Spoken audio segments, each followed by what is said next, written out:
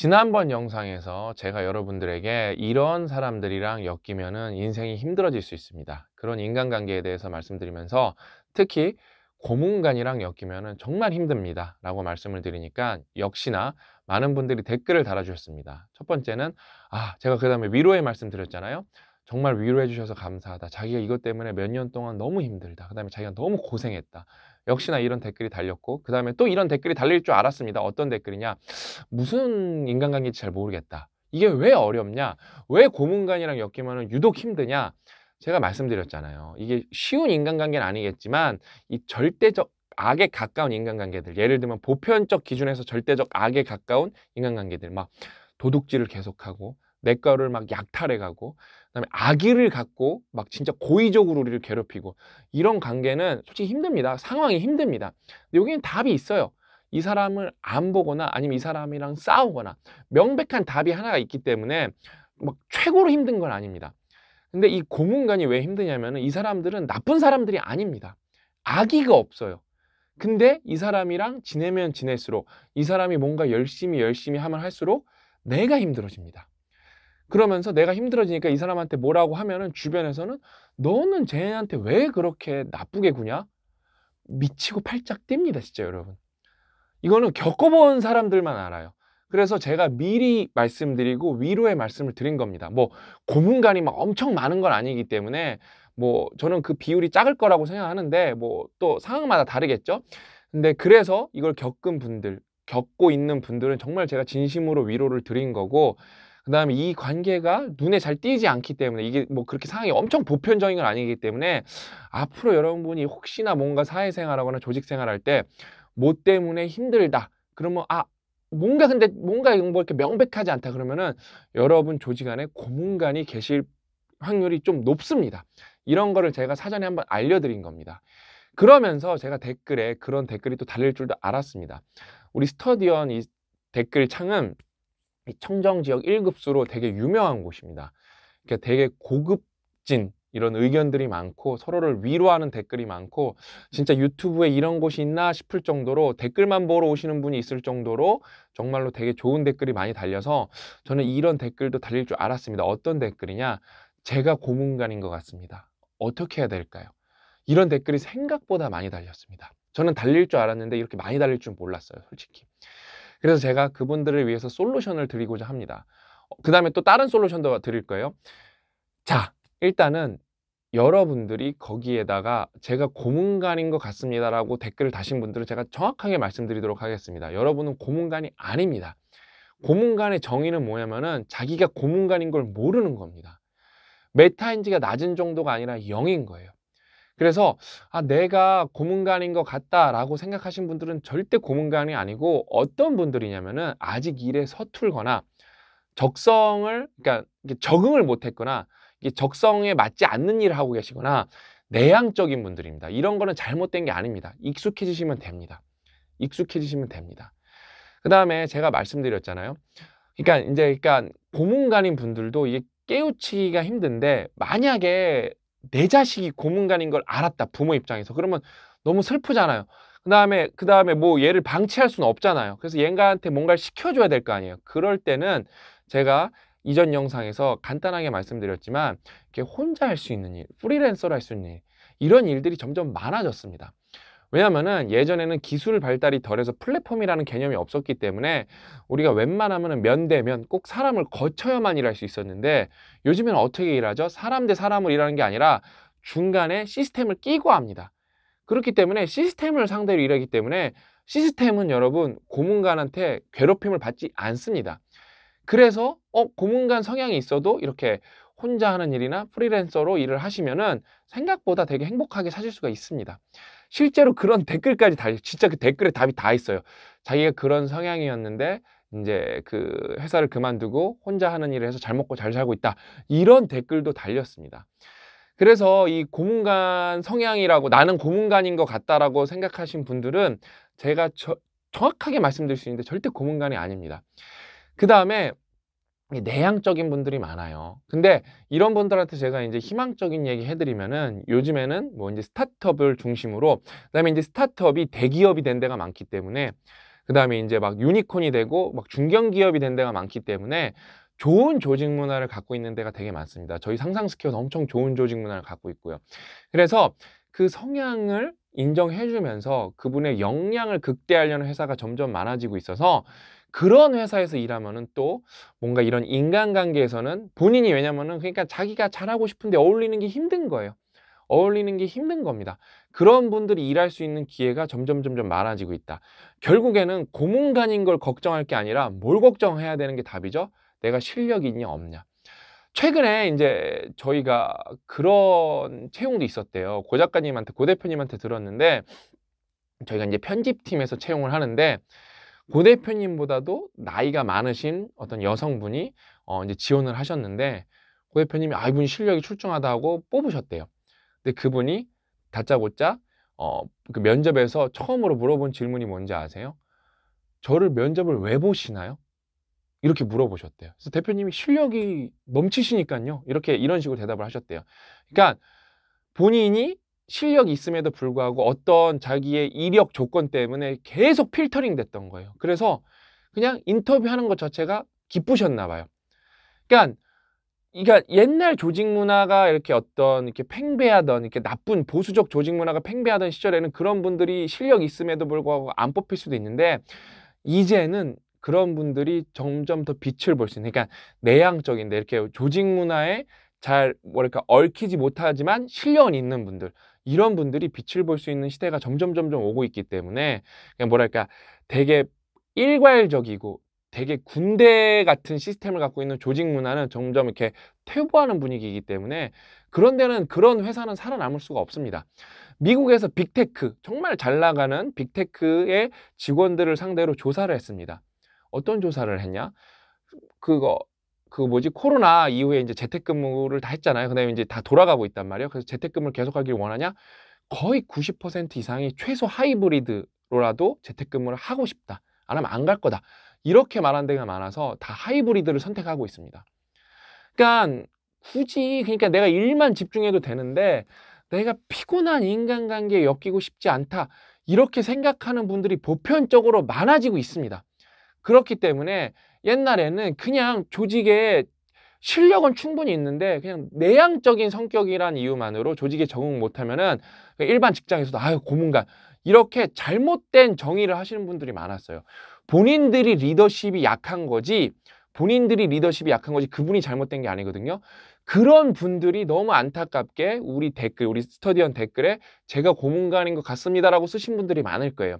제가 다시 한번 말씀드리지만 여러분 고문관 아닐 확률이 매우 높고, 일단은 여러분들이 저는 고문관인 것 같습니다라고 말한 것 자체가 고문관의 정의에 부합하지가 않습니다.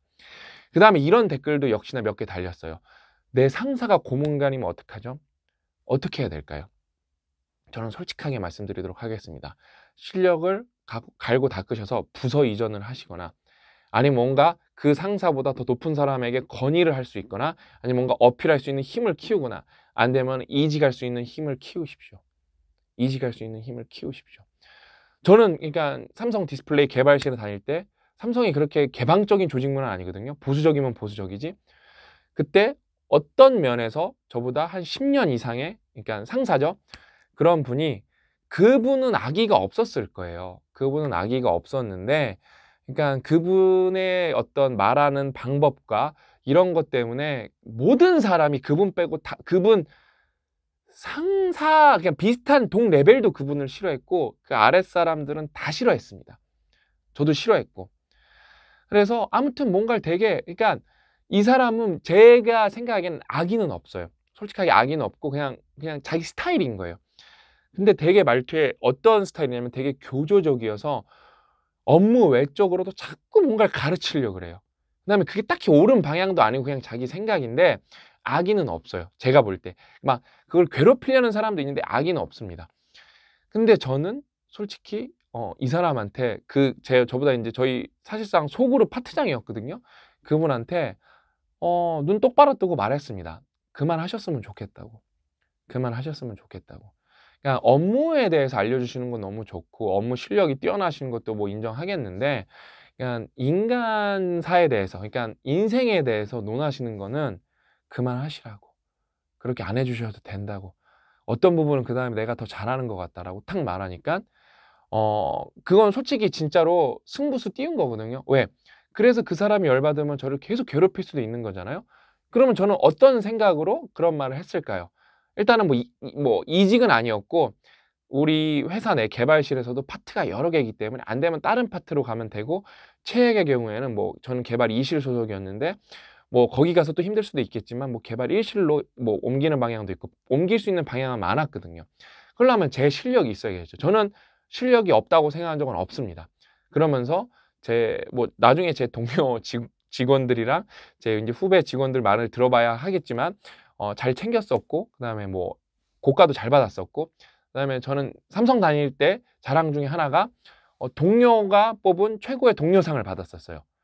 제가 그 좀 갑자기 삼천포로 자기 자랑 수정하면은 그 달에 그 분기인가 베스트 엔지니어상, 그룹장이 주는 엔지니어상, 그다음에 동료가 주는 최고의 동료상을 받아갖고 제가 뿌듯했습니다. 그러니까 이렇게 실력이 있기 때문에 고문간에 한번 대항할 수가 있었죠. 그다음에 저는 여러분 앞으로 우리나라가 이직이 더 활발해질 겁니다.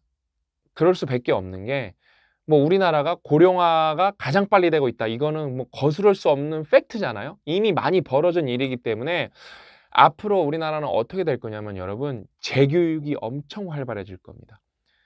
그러면서 지금 대기업 중심으로 일단은 직급을 말하는 거, 뭐 삼성도 아닌 데는 있겠지만 많은 파트들 부서들이 그냥 프로님 이걸로 많이 바꿨습니다, 이미. 그다음에 근데 여전히 뭐 10년, 20년 다닌 분들이 있기 때문에 그 위계의 질서라는 게 한 방에 바뀌진 않겠지만 이미 그다음에 IT 기업들은 사실상 뭐 이렇게 뭐랄까 되게 수평적인 게 상대적으로 더 강합니다. 그다음에 팀 중심.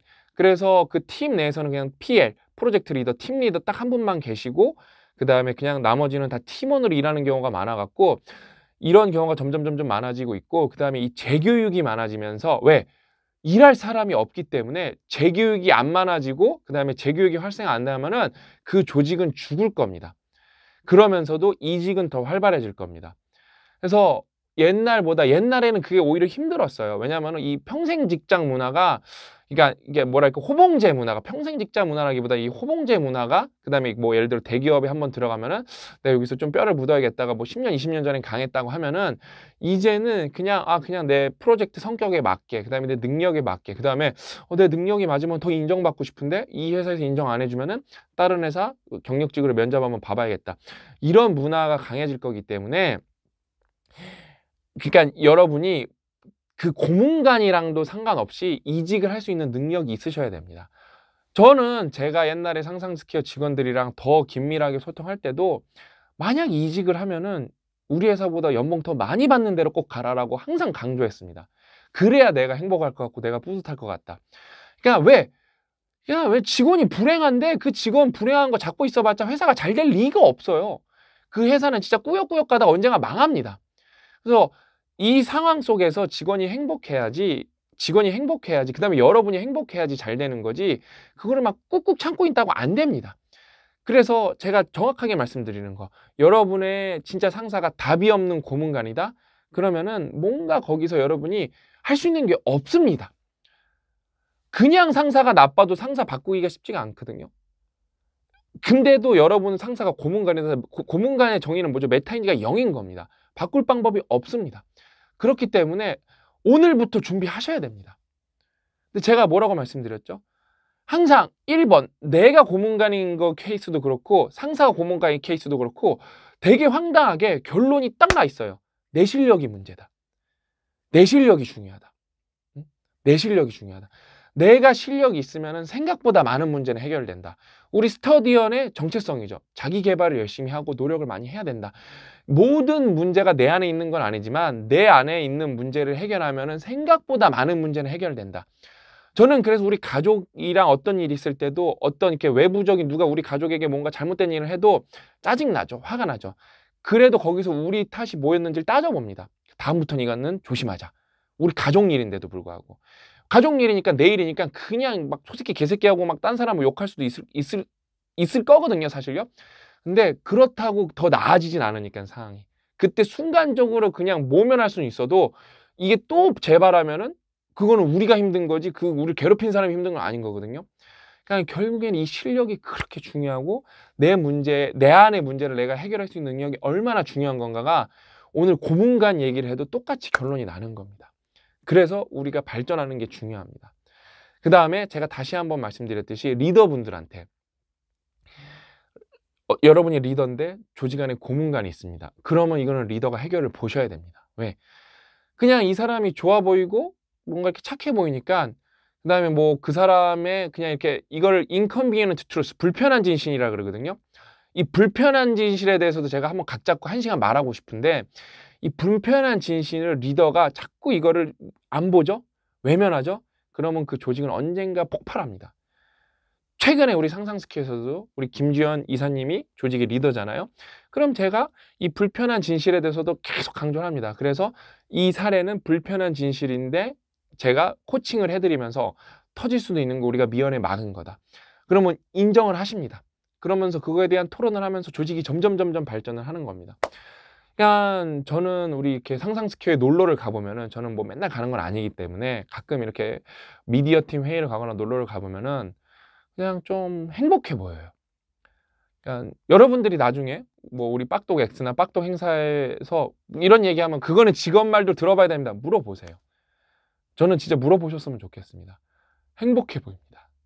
그러니까 제가 원하는 건 이 고문관 시리즈로 와갖고 결론에 원하는 거는 그러니까 많은 조직이 점점 더 행복해졌으면 좋겠고 저는 그걸 말로만 떠드는 게 아니라 그거를 고 대표님이랑 그다음에 뭐 홍석기 이사랑 홍석기 대표님이랑 우리 조직에서 해내고 그다음에 그거를 사람들한테 본보기로 보여주고 그 과정에서 우리가 겪었던 어려움들도 공유하고 솔루션도 제시하고 제가 돌아다니면서 떠들면서 이렇게 하면은 조직원도 행복해지고 회사도 잘 됩니다.